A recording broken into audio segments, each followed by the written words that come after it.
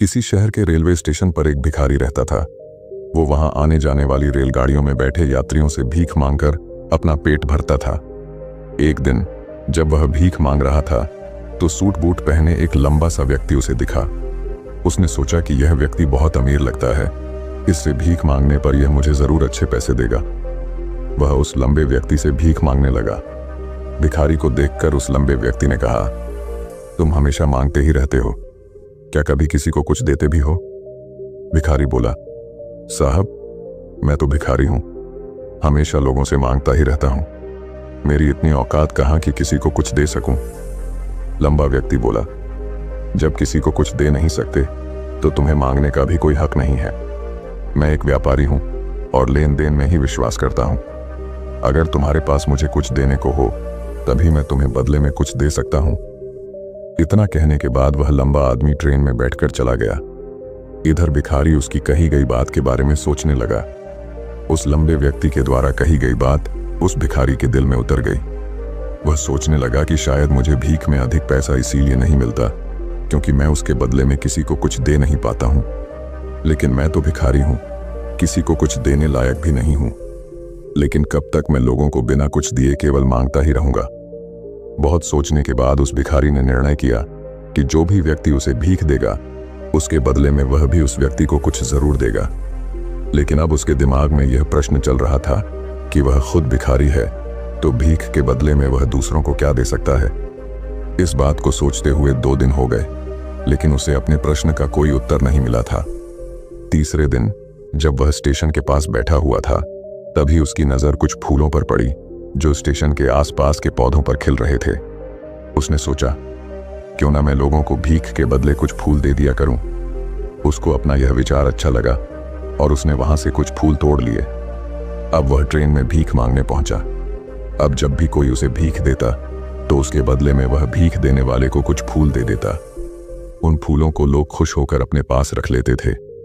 अब भिखारी रोज फूल तोड़ता और भीख के बदले में उन फूलों को लोगों में बांट देता था। कुछ ही दिनों में उसने महसूस किया कि अब उसे बहुत अधिक लोग भीख देने लगे हैं। वह स्टेशन के पास के सभी फूलों को तोड़ लाता था। जब तक उसके पास फूल रहते थे तब तक उसे बहुत से लोग भीख देते थे, लेकिन जब फूल बांटते बांटते खत्म हो जाते तो उसे भीख भी नहीं मिलती थी। अब रोज ऐसा ही चलता रहा। एक दिन जब वह भीख मांग रहा था तो उसने देखा कि वही लंबा व्यक्ति ट्रेन में बैठा है जिसकी वजह से उसे भीख के बदले फूल देने की प्रेरणा मिली थी।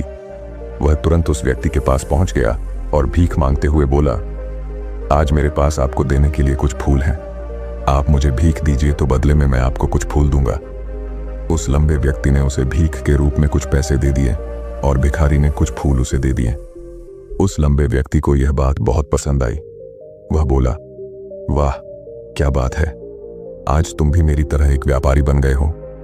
इतना कहकर फूल लेकर वह लंबा व्यक्ति अपने स्टेशन पर उतर गया।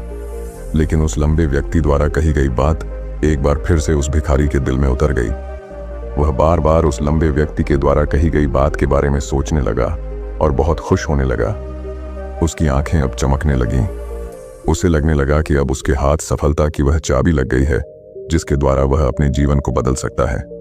वह तुरंत ट्रेन से नीचे उतरा और उत्साहित होकर बहुत तेज आवाज में ऊपर आसमान की तरफ देखकर बोला, मैं भिखारी नहीं हूं, मैं तो एक व्यापारी हूं, मैं भी अमीर बन सकता हूं। लोगों ने उसे देखा तो सोचा कि शायद यह भिखारी पागल हो गया है और अगले दिन से वह भिखारी उस स्टेशन पर फिर कभी नहीं दिखा। लेकिन 6 महीने बाद इसी स्टेशन पर 2 व्यक्ति सूट बूट पहने हुए यात्रा कर रहे थे। दोनों ने एक दूसरे को देखा तो उनमें से एक ने दूसरे से हाथ मिलाया और कहा, क्या आपने मुझे पहचाना? दूसरा व्यक्ति बोला, नहीं, क्योंकि मेरे हिसाब से हम लोग पहली बार मिल रहे हैं। पहला व्यक्ति बोला, नहीं, आप याद कीजिए, हम पहली बार नहीं बल्कि तीसरी बार मिल रहे हैं। दूसरा व्यक्ति बोला, मुझे याद नहीं, वैसे हम पहले 2 बार कब मिले थे?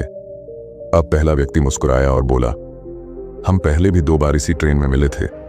मैं वही भिखारी हूं जिसको आपने पहली मुलाकात में बताया कि मुझे जीवन में क्या करना चाहिए और दूसरी मुलाकात में बताया कि मैं वास्तव में कौन हूं। दूसरा व्यक्ति मुस्कुराया और अचंभित होते हुए बोला, ओह, याद आया, तुम वही भिखारी हो जिसे मैंने एक बार भीख देने से मना कर दिया था और दूसरी बार मैंने तुमसे कुछ फूल खरीदे थे। लेकिन आज तुम ये सूट बूट में कहाँ जा रहे हो और आजकल क्या कर रहे हो? तब पहला व्यक्ति बोला, हाँ, मैं वही भिखारी हूँ, लेकिन आज मैं फूलों का एक बहुत बड़ा व्यापारी हूँ और इसी व्यापार के काम से ही दूसरे शहर जा रहा हूँ। कुछ देर रुकने के बाद वह फिर बोला, आपने मुझे पहली मुलाकात में प्रकृति का वह नियम बताया था जिसके अनुसार हमें तभी कुछ मिलता है जब हम कुछ देते हैं। लेन देन का यह नियम वास्तव में काम करता है। मैंने यह बहुत अच्छी तरह महसूस किया है, लेकिन मैं खुद को हमेशा भिखारी ही समझता रहा। इससे ऊपर उठकर मैंने कभी सोचा ही नहीं। और जब आपसे मेरी दूसरी मुलाकात हुई तब आपने मुझे बताया कि मैं एक व्यापारी बन चुका हूँ। अब मैं समझ चुका था कि मैं वास्तव में एक भिखारी नहीं बल्कि व्यापारी बन चुका हूँ। मैंने समझ लिया था कि लोग मुझे इतनी भीख क्यों दे रहे हैं, क्योंकि वह मुझे भीख नहीं दे रहे थे बल्कि उन फूलों का मूल्य चुका रहे थे। सभी लोग मेरे फूल खरीद रहे थे क्योंकि इससे सस्ते फूल उन्हें कहाँ मिलते।